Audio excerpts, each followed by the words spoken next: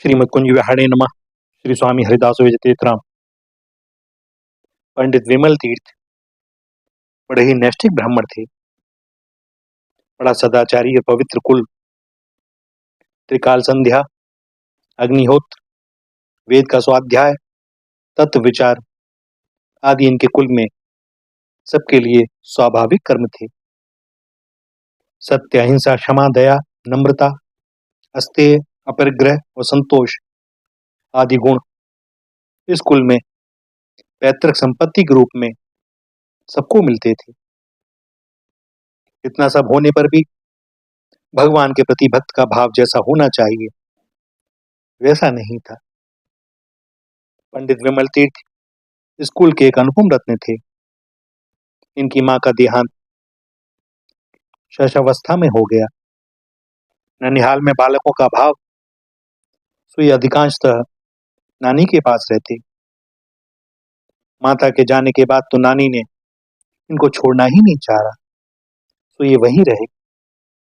इनके नाना पंडित निरंजन जी भी बड़े विद्वान पंडित थे और उनसे इनको सदाचार की शिक्षा मिली। गांव के ही एक सुयोग्य शिक्षक इन्हें पढ़ाते थे। विमल तीर्थ की बुद्धि बड़ी तीव्र थी। कुल परंपरा की पवित्र विद्याभिरुचि भी इनमें स्वाभाविक रूप से थी ही। सो इन्हें पढ़ाने में अध्यापक को भी विशेष परिश्रम नहीं करना पड़ता था। ये ग्रंथों को ऐसे सहज ही पढ़ लेते जैसे कोई पहले से पढ़े हुए पाठ को याद कर लेता है। इनका यज्ञोपवीत संस्कार नानाजी ने करवा ही दिया था, इसलिए त्रिकाल संध्या करते, नित्य प्रातःकाल बड़ों को प्रणाम करते, उनकी श्रेष्ठ आज्ञाओं का कुतर्क शून्य बुद्धि से भली भांति पालन करते और सहज ही सबके स्नेह भाजन बने हुए थे। विमल जी की नानी सुनंदा देवी बड़ी भक्तिमती थी।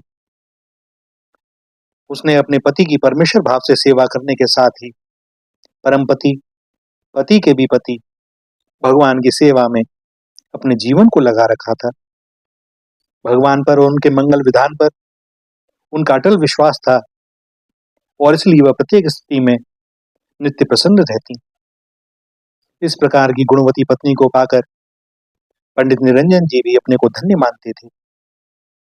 सुनंदा देवी घर का सारा कार्य बड़ी दक्षता और सावधानी के साथ करती और सब करते समय उनका भाव यही रहता कि यह घर भगवान का है, मुझे इसकी सेवा का भार सौंपा गया है। जब तक मेरे जिम्मे यह कार्य है तब तक मुझे इसको सुचारू रूप से करना चाहिए। भगवान की बड़ी कृपा है। और भगवान को बार बार धन्यवाद देते हुए वह भगवान का ही घर समझकर सारे कार्य करते हैं। किंतु घर में, घर की वस्तुओं में, कार्य में तथा कार्य के फल में उनकी आसक्ति न थी और न थी कोई ममता। उनकी सारी आसक्ति और ममता अपने भगवान नारायण में केंद्रित हो गई थी।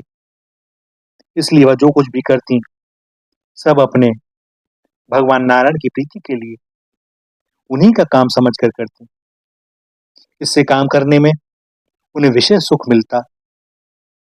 शुद्ध कर्तव्य बुद्धि से किए जाने वाले कर्म में भी सुख होता है, परंतु उसमें वह सुख नहीं होता जो अपने प्राण प्रिय परमेश्वर की प्रसन्नता के लिए किए जाने वाले कर्म में होता है।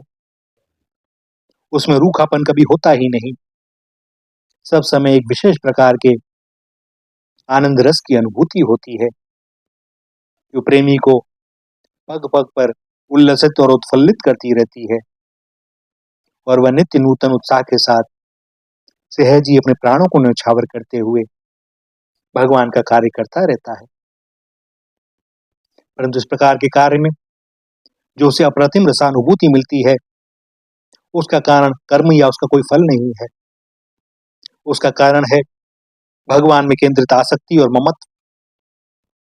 भगवान उस कार्य से प्रसन्न ना हो और किसी दूसरे कार्य में लगाना चाहे तो उसे उस पहले कार्य को छोड़कर दूसरे कार्य को करने में भी वही आनंद प्राप्त होगा जो पहले को करने में होता था। सुनंदा का इसी भाव से घर वालों के साथ संबंध था और इसी भाव से वह घर का सारा कार्य संभालती और करती थी। आज मातृहीन विमल को भी सुनंदा इसी भाव से हृदय की सारी स्नेह सुधा को उड़ेल कर प्यार करती, पालती पोसती कि वह प्रीतम प्रभु भगवान के द्वारा सौंपा हुआ सेवा का पात्र है। उसमें नानी का बड़ा ममत्व था, पर वह इसलिए नहीं था कि विमल उनकी कन्या का लड़का है, वरन इसलिए था कि वह भगवान के बगीचे का एक सुंदर सुमधुर फल वृक्ष है, जिसकी सेवा संभाल के लिए भगवान ने उसे उनको सौंपा है। नानी के पवित्र और विशद स्नेह का विमल पर बड़ा प्रभाव पड़ा और विमल की मति भी क्रमशः अपनी नानी सुमति की भांति ही विमल होती चली गई। उसमें भगवत परायणता, भगवत विश्वास, भगवत भक्ति और शुभ भगवती कर्म के मधुर एवं निर्मल भाव जागृत हो गए। वह नानी की भगवत विग्रह की सेवा को देख देख कर मुग्ध होता, उसके मन में भी भगवत सेवा करने की बात आती और अंत में उसके सच्चे और तीव्र मनोरथ को देखकर भगवान की प्रेरणा से नानी ने उसके लिए भी एक सुंदर भगवान नारायण का श्री विग्रह मंगवा दिया। और नानी के उपदेशानुसार बालक विमल बड़े भक्ति भाव से भगवान की पूजा करने लगा। विमल तीर्थ के विमल वंश में सभी कुछ विमल और पवित्र था। भगवत भक्ति की जो कुछ कमी थी वह इस प्रकार नानी के पास रहकर पूरी हो गई। कर्मकांड, विद्या तथा तत्व विचार के साथ इनमें नम्रता तथा विनय होती है। अंत में विद्या और तत्व के परम फल श्री भगवान की भक्ति को अवश्य प्राप्त कर लेता है।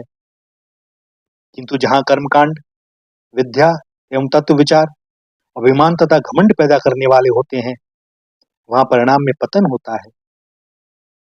वस्तुतः जो कर्म, जो विद्या और जो विचार भगवान की ओर न ले जाकर अभिमान के मल से अंतःकरण को दूषित कर दें, वे तो कुकर्म, अविद्या और अविचार स्वरूप ही हैं। विमल तीर्थ के कुल में कर्म, विद्या और तत्व विचार के साथ सहज नम्रता थी, विनय थी और उसका फल भगवान में रुचि और अति उत्पन्न होना अनिवार्य था ही।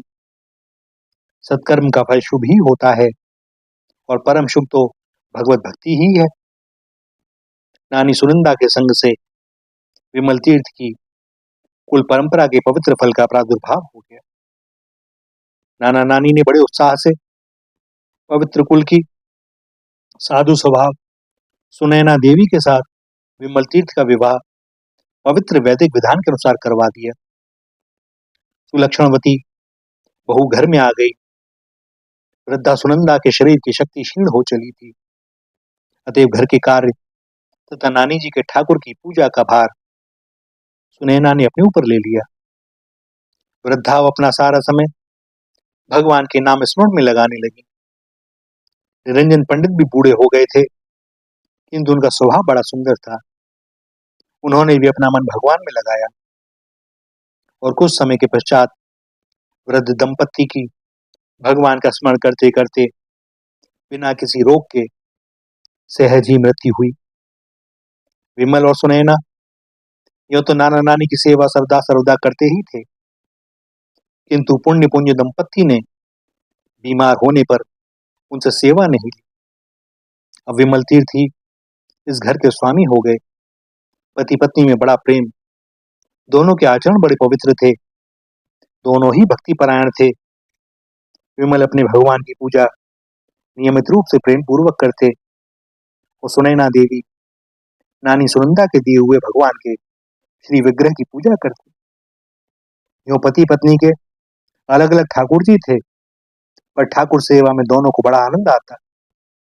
दोनों ही मानो आपस में होड़ लगाकर अपने अपने भगवान को सुख पहुंचाने में संलग्न रहते। दोनों में ही विद्या थी, श्रद्धा थी और सात्विक सेवा भाव था। विमल तीर्थ के 3 बड़े भाई और भी थे। वे भी बहुत अच्छे स्वभाव तथा शुभ कर्म परायण थे। छोटे भाई विमल अब एक प्रकार से उन लोगों के ननिहाल के एकमात्र वंशज चारों में परस्पर बड़ी प्रीति और स्नेह था, क्योंकि प्रीति का नाश तो स्वार्थ में होता है। निस्वार्थ जब होंगे तो प्रीति बढ़ती है। इनका स्वार्थ विचित्र ढंग का था।